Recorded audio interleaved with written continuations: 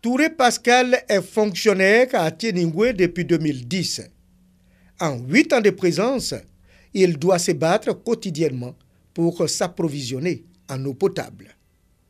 À Tieningwe, les années passent et se ressemblent en matière d'accès à l'eau potable. À partir du mois de décembre jusqu'à fin mars, nous avons un problème d'eau à Tieningwe. Bon, nous nous débrouillons. Les femmes vont chercher de l'eau dans les puits, s'il y en a. Souvent, on reste au dehors jusqu'à 2 h du matin pour pouvoir avoir de l'eau. Si nous ne creusons pas un trou, puisque la pression d'eau est vraiment faible, voilà, nous faisons comme ça là, quand l'eau vient, nous recueillons dans une bassine. Il faut rester là, il faut veiller jusqu'à 2 h, 3 h, enfin jusqu'au petit matin. On est obligé de faire du feu, on va rester là au chaud, pour avoir l'eau dans ces temps-là. Bakary Souloué a quant à lui creusé un puits pour amoindrir sa souffrance.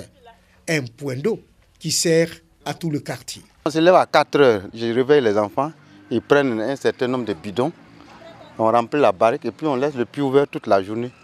Maintenant, les femmes du quartier, bon, elles passent toute la journée ici. Hier même là, moi je me suis promenée, c'est une cuvette seulement hier eu. Donc j'ai préparé à 23 h, les enfants ont mangé.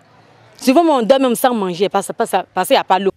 Les installations des années 80 ne répondent plus aux besoins d'une population estimée à plus de 18 000 âmes. Les travaux entamés en 2015 par le programme présidentiel d'urgence PPU pour régler cette difficulté sont en veilleuse. Il ne reste pas grand-chose. Si déjà on a tiré la ligne pour envoyer dans le village où il y a le forage, ça veut dire qu'il faut placer 2 poteaux, un transfo et puis l'équipement sur la clôture et puis alimenter. Pour crier leur ras-le-bol, les fonctionnaires et agents de l'État en service dans cette localité ont marché dans les rues de Tieningwe.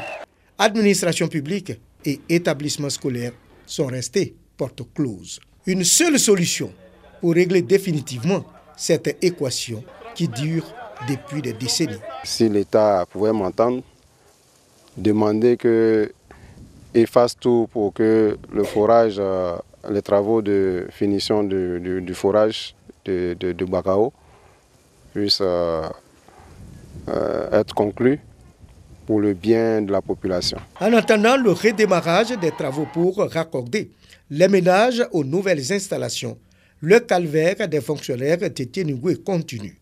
Une situation qui va s'empirer avec la longue saison sèche qui vient de débuter.